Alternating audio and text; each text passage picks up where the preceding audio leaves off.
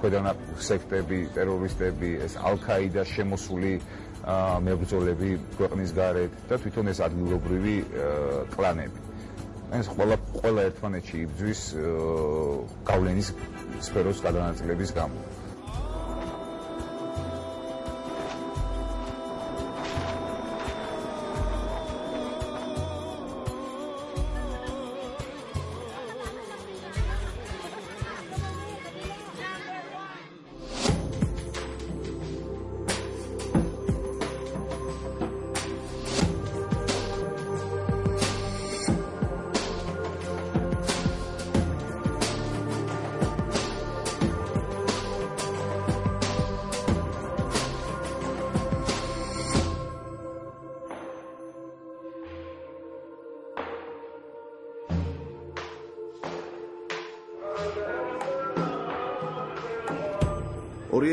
წლის აპრილიდან სადამ ჰუსეინის რეჟიმის დამხობის შემდეგ არ წყდება არაბი ბოევიკების მიერ მშვიდობიან მოსახლეობაზე, ერაყის ახალი ხელისუფლების მომხრეებსა და საერთაშორისო ჰუმანიტარულ ორგანიზაციებზე თავდასხმები. დაძაბული ურთიერთობა მუსულმანთა ორ სექტას, სუნიტებსა და შიიტებს შორის გადაიზარდა სისხლიან რელიგიურ შეტაკებებში, რაც იწვევს სამოქალაქო ომის პროვოცირებას. კოალიციურ ჯარებს და ერაყის პოლიციის ძალებს უწევთ ყოველდღიური დაპირისპირება პარტიზანულ მოძრაობასთან.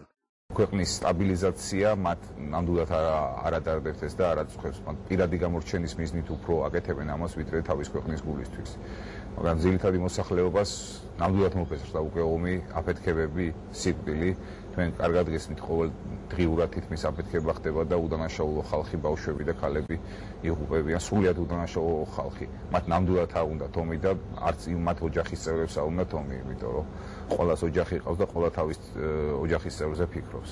მაგრამ მე დარწმუნებული ვარ, რომ ერთ დღესაც დამყარდება ამ ქვეყანაში მშვიდობა და ალბათ ხალხი თვითონ განდევნის იმ ტერორისტულ დაჯგუფებებს და მეამბოხეებს. სადამ ჰუსეინის დიქტატურის დამხობამ საბოლოოდ ვერ გადაწყვიტა ერაყის ყველა პრობლემა. გადაუდებელ ამოცანათა შორის, რომელიც ქვეყნის ხელისუფლების წინაშე დგას, სამოქალაქო საზოგადოებისა და სახელმწიფოს უშიშროების სისტემის აღდგენა.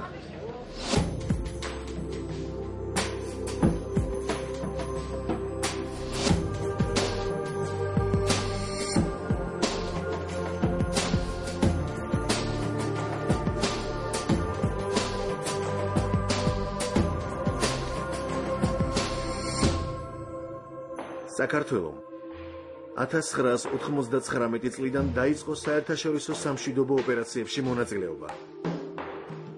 პირველ ეტაპზე ეს ბალკანეთში, კონკრეტულად კი კოსოვოში განხორციელდა.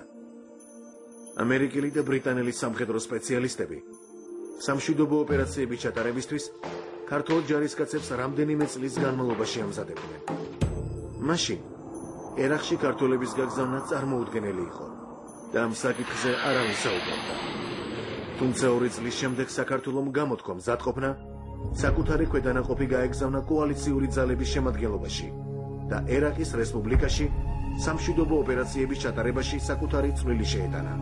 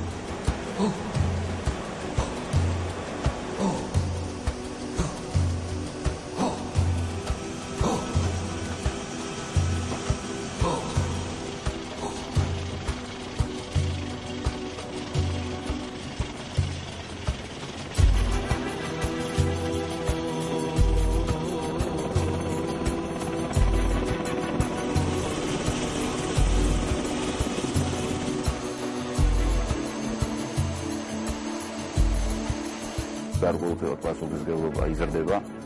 თუმცა ამაში ცუდი არაფერი არ არის, იქიდან გამომდინარე, რომ ეს გულისხმობს თავის თავში იმას, რომ ჩვენმა სამხედროებმა შეასრულეს თავმაზე დაკისრებული ამოცანები აქ კარგად. მათ ყველა ახასიათებს როგორც საუკეთესო კონტინგენტს, რაც ჩვენთვის საამაყო ამ შემთხვევაში ბუნებრივია. რაც შეეხება კონკრეტულად ადგილზე ამოცანის შეცვლას და პასუხისმგებლობის გაზრდას, ეს ესე იქნება, მაგრამ ამას დადებითი მხარე აქვს ის, რომ ჩვენი ბიჭები მიიღებენ გამოცდილებას, კიდევ ერთი ნაბიჯით წინ წაიწევენ, მიიღებენ მეცოდნას. ერაყში პირველი ქართული ქვედანაყოფი დაკომპლექტებული იყო კოჯრის სპეცდანიშნულების ცენტრის 34 მებრძოლით, ინჟინერ მესანგრეებით და სამხედრო ექიმებით. ჩემი მიდგომა ესეთი იყო, რომ იცით რახან ჩვენ გვაქვს აბსოლუტურად საკმარისი ინფორმაცია იმისა, რომ დიახ ანტიარაღული კოალიცია შედგება და შედგება უახლოეს მომავალში, ჩვენ რა თქმა უნდა დავიჭიროთ გარკვეული პოზიცია. ეს პოზიცია პირველ რიგში რა თქმა უნდა იყო მეგობრული და ჩვენი მიდგომა ესეთი იყო, რომ ის რა მეგობარს და ამხანაკს და ძმას და ძმაკაცს უნდა დაეხმარო აბსოლუტურად მაშინ, როცა მას უჭირს და ალბათ ის რომ ამერიკელებს მოეთხოვათ რაღაცა ჩვენთვის ასე ვთქვათ კოალიციაში მონაწილეობა ან რაღაცნაირად ეგრძნობინებინათ ჩვენთვის, ეს იქნებოდა უკვე სხვა საფეხური. ჩვენ თავიდანვე ჩვენ ჩავთვალეთ, რახან მეგობარი ქვეყანა ვიყავით, უშუალოდ მონაწილეობა მიგვიღო და დაგვენახებინ, რომ დიახ, ჩვენ ვჩხუბობთ მაშინ, როცა ჩვენ მეგობარს უჭირს. ქართველი ჯარისკაცები ბაკუბაში ვორჰორსის ბაზაზე განთავსდნენ. ერთ-ერთი განაღმვითი სამუშაოების დროს ნაღმის საფეთქებით 3 ქართველი მებრძოლი დაიჭრა. ღვთის წყალობით 3-ვე გადარჩა. ქართველების კონტინგენტში იყო ღვთისმსახური მამა გიორგი, რომლის ძალისხმევითაც ბაზაზე სამხედრო კარავში სამლოცველო მოეწყო. პატარა ქართულ ეკლესიაში ლოცულობდნენ შემდეგში როტაციით ჩასული ბატალიონის მებრძოლებიც.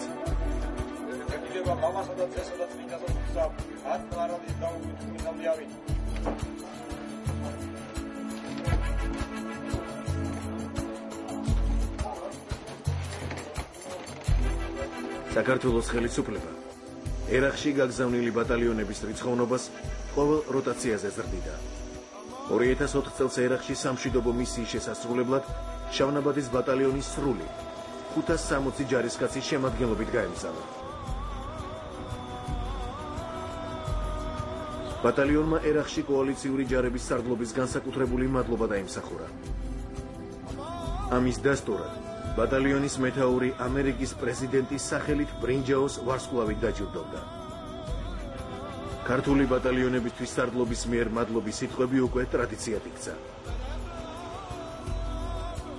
რა თქმა უნდა, რეგიონი დაძაბულია, მაგრამ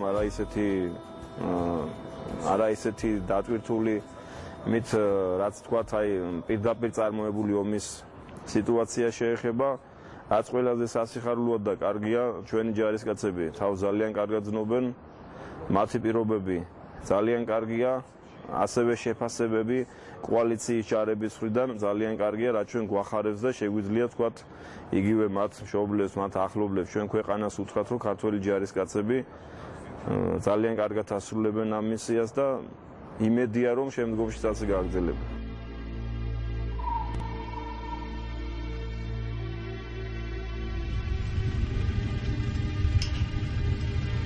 ოცეულიდან დაწყებული საქართველოს ერაყში ყველა სახის დანაყოფი გაგზავნა. ამჟამად მიმდინარეობს მთელი ბრიგადის მომზადება სამშვიდობო ოპერაციაში ჩართვისთვის.